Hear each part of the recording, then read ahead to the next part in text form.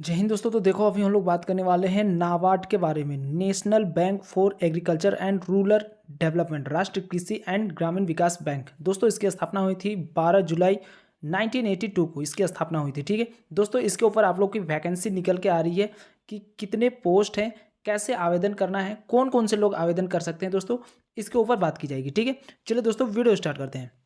देखो दोस्तों, national bank for agriculture and rural development NABARD की ओर से फॉर्म निकल के आई है। नोटिफिकेशन 27 सितंबर को ही आ गए थे।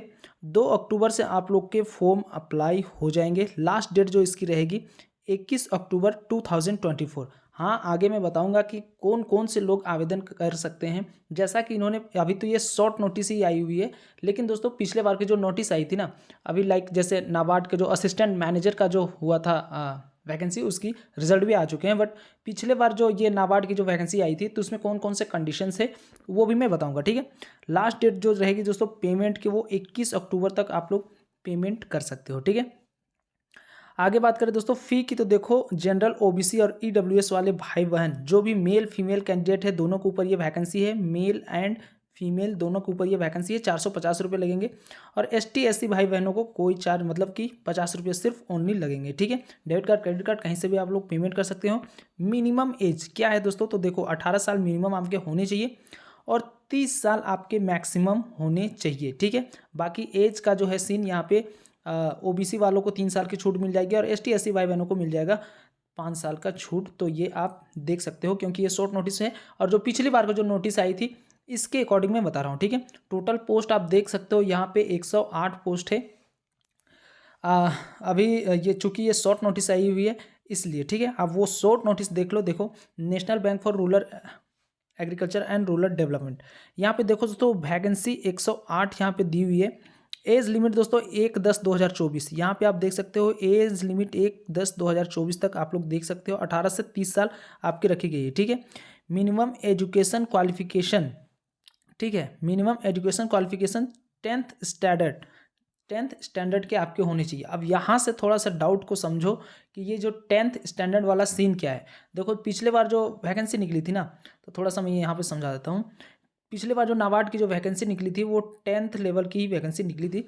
तो देखो यहाँ पे होता क्या है कि जैसे जो एस्पिरेंट 10th कर चुके हैं, 10th कर चुके हैं, उसके बाद में 12th कर चुके हैं, और उसके बाद में जिन्होंने ग्रेजुएशन का फाइनल नहीं दिया है, मतलब जिन भी भाई बहनों ने फॉर्म अप्लाई करने तक ग्रेजुएशन की डिग्री नहीं प्राप्त कर चुके हैं, तो वे लोग इस फॉर्म को अप्लाई कर सकते हैं। ठीक है, अदरवाइज आप जैसे ग्रेजुएशन कर चुके हो या फिर ग्रेजुएशन के आगे जो भी डिप्लोमा वगैरह रहते हैं वो अगर आपने कर रखा है तो आप इस फॉर्म को भरने के लिए एलिजिबल नहीं है, जिस कारण आप लोग को एग्ज़ाम में थोड़ी सी फाइट कम देखने को मिलेंगे।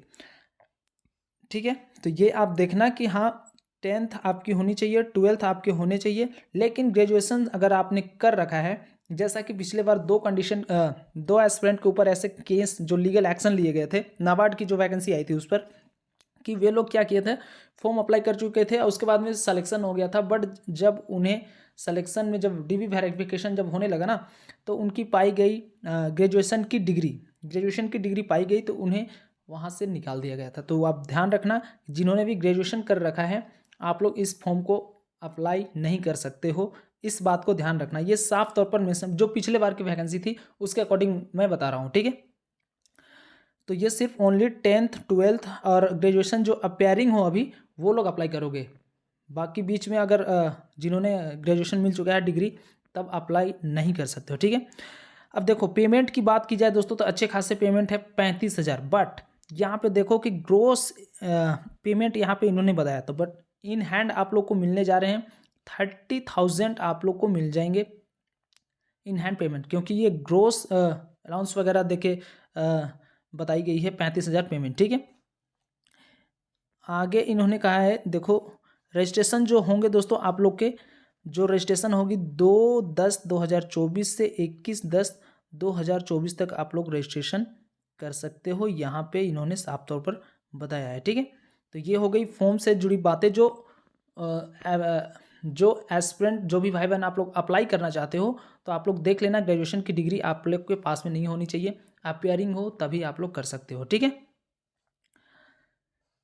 अब बात करें दोस्तों क्वालिफिकेशन, देखो यहाँ पे all the candidate have 10th pass only होनी चाहिए आप लोग की, बाकी जो है वो मैंने बता दिया।